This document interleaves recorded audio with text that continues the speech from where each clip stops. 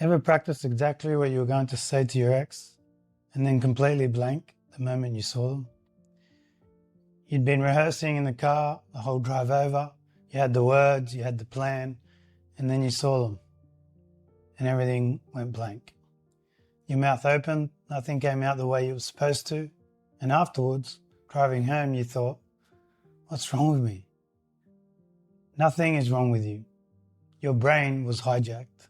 And today, I'm going to show you exactly how that happens and what to do about it. If you've watched our last few videos, you already know your nervous system is running the show in ways you're not always aware of. But this one is different because today we're going to get specific. We're going to talk about what happens inside your brain the moment you come in contact with your ex, especially when the interaction is hostile, unpredictable, or high stakes. I want to start with the shame, because most guys who experience this, going blank, freezing up, walking away furious at themselves, they think it's a weakness. They think if they were stronger or smarter, this wouldn't happen. I'm going to show you today that this isn't a character flaw, it's a chemistry problem. And by the end of this video, you'll know exactly what's happening in your brain. You'll know why you rehearse perfectly but execute terribly under pressure. And you'll have 3 tools grounded in real neuroscience that can start working in seconds. Let me describe a few more scenarios, and you tell me if any of these sound familiar. Your ex sends a text designed to provoke you. You stare at it.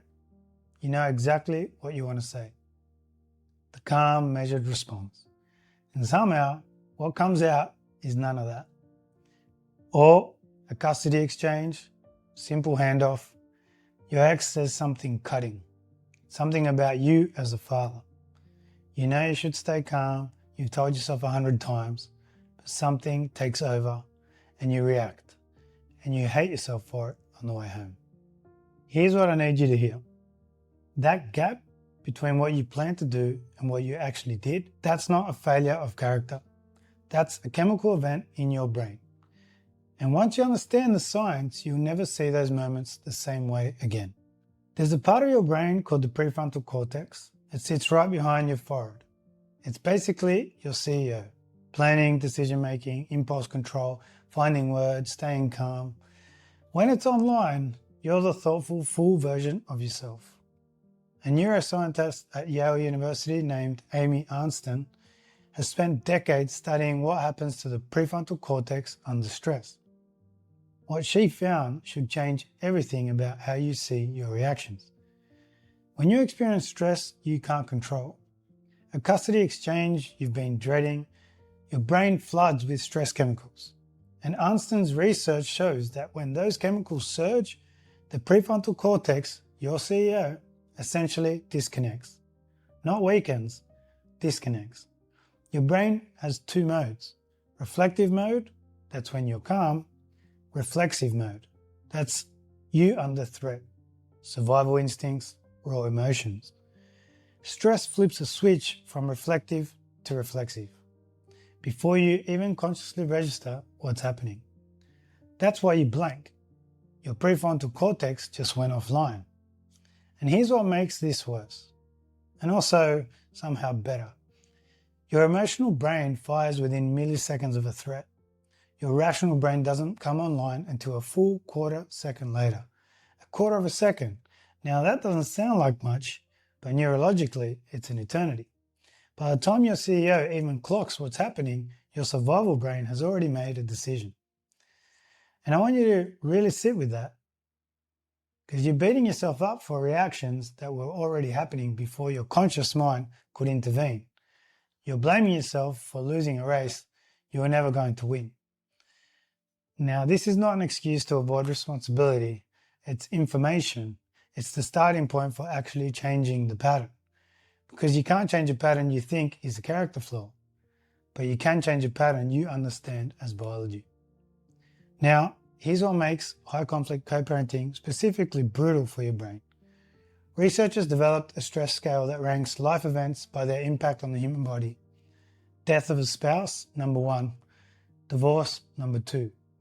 Now add ongoing conflict, uncertainty about your children, financial stress, unpredictable communication, you're not slightly stressed, you're running at a level most humans never sustain long term. And research shows that chronic, repeated stress doesn't just impair the prefrontal cortex in the moment. Over time, it weakens its connections, structurally. At the same time, the emotional survival brain gets stronger. And this is why it often feels like it's getting harder to stay regulated, not easier, even when you're working on it. Here's the good news. Everything I just described, the science also tells us exactly how to reverse it. And the first step doesn't require therapy, medication, or years of work. It requires understanding your nervous system well enough to intervene. 3 tools, and each one works differently. Use whichever fits the moment. Tool 1, the physiological sigh. It's a double inhale through your nose, a deep breath, then a second short sip of air, and then one long, slow exhale through your mouth. It looks a bit like this.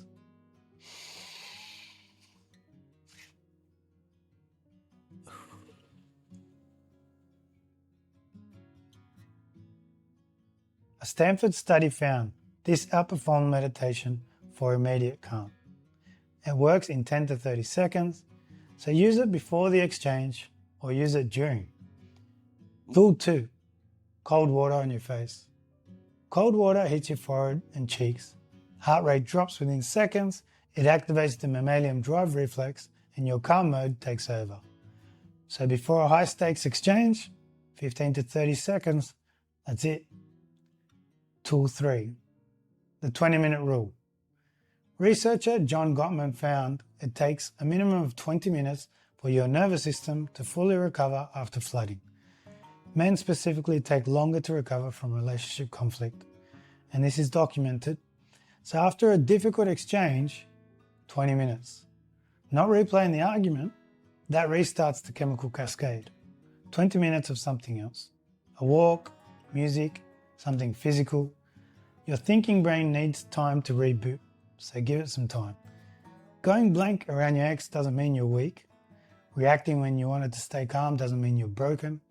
It means you're human with a human nervous system, running a biological program that was never designed for high conflict co-parenting. The difference between the dad who keeps getting hijacked and the dad who starts to find his footing isn't willpower, it's understanding. You now have the understanding. The tools are yours to build from here. And if this is landing for you, hit subscribe, because next we go into what it actually looks like to use these tools in real time. The stuff no one else is teaching. Watch your child is being turned against you next, because once you understand what's happening in your brain, the next thing to understand is what's happening in your child's brain.